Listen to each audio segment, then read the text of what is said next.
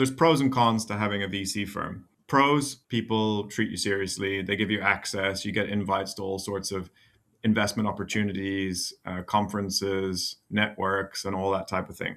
That's great. It's exactly the reason we started Wealth, by the way, which was to open up that kind of access to everybody. But I wanted to share with you some sort of real insights that I gained from running the venture capital firm before starting Wealth. And that is that whilst you get access to a lot of opportunities, it's a really painful experience to actually pursue most of them. Why? Because you're inundated with legacy administration, paperwork, timeframes, and huge capital requirements. So I would get emails all the time from people saying, would you be interested in investing with us into an SPV for OpenAI, for example? And as soon as you express some interest, it's fine, okay. But then let's jump on a call and we can discuss your investment outlook, capital requirements, and the administration process. So then even if you go and jump on that call, maybe a few days later, you'll get an email from an admin department and they will start onboarding you. What that means is you have to do a full sort of know your customer, know your business application with crazy amounts of documentation. There's all good reasons for this. This is the legacy system. It's how it's been built, but it is extremely painful. Even if you submit all the documents on time and in good quality, they will maybe come back with other checks and other questions. And then finally, the administration process might close after some weeks. And then it's like, okay, please send the money. And you have to then do banking rails, and that can take more weeks. Maybe finally you do actually end up in the investment. That's great. It's taken a long time. It's a huge amount of money.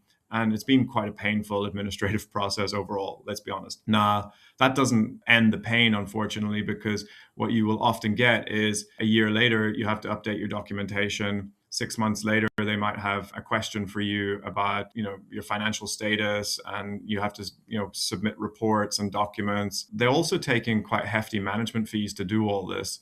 So you're paying, the clock is ticking, and you don't know if you're ever going to see any return from that investment either, because it's quite gated and walled. Like your capital is locked up until that SPV decides otherwise. That is also one of the major pitfalls of doing this type of investing. It's for that reason that we were very cautious as a VC firm to do any of that type of stuff, because the time horizons are horrendous and also the administrative burden is horrendous. So that's exactly why we see Wealth being so important, is that through blockchain technology, we've enabled the ability for sovereignty and speed. So users can decide what to do with their assets whenever they want, because it sits in their wallet, non-custodial, in their app, in their wallet. And also, timeframes are within seconds to participate, not days or weeks. So I just wanted to share some insights with you on how my experience with legacy investing inspired me and us to do it better with Wealth.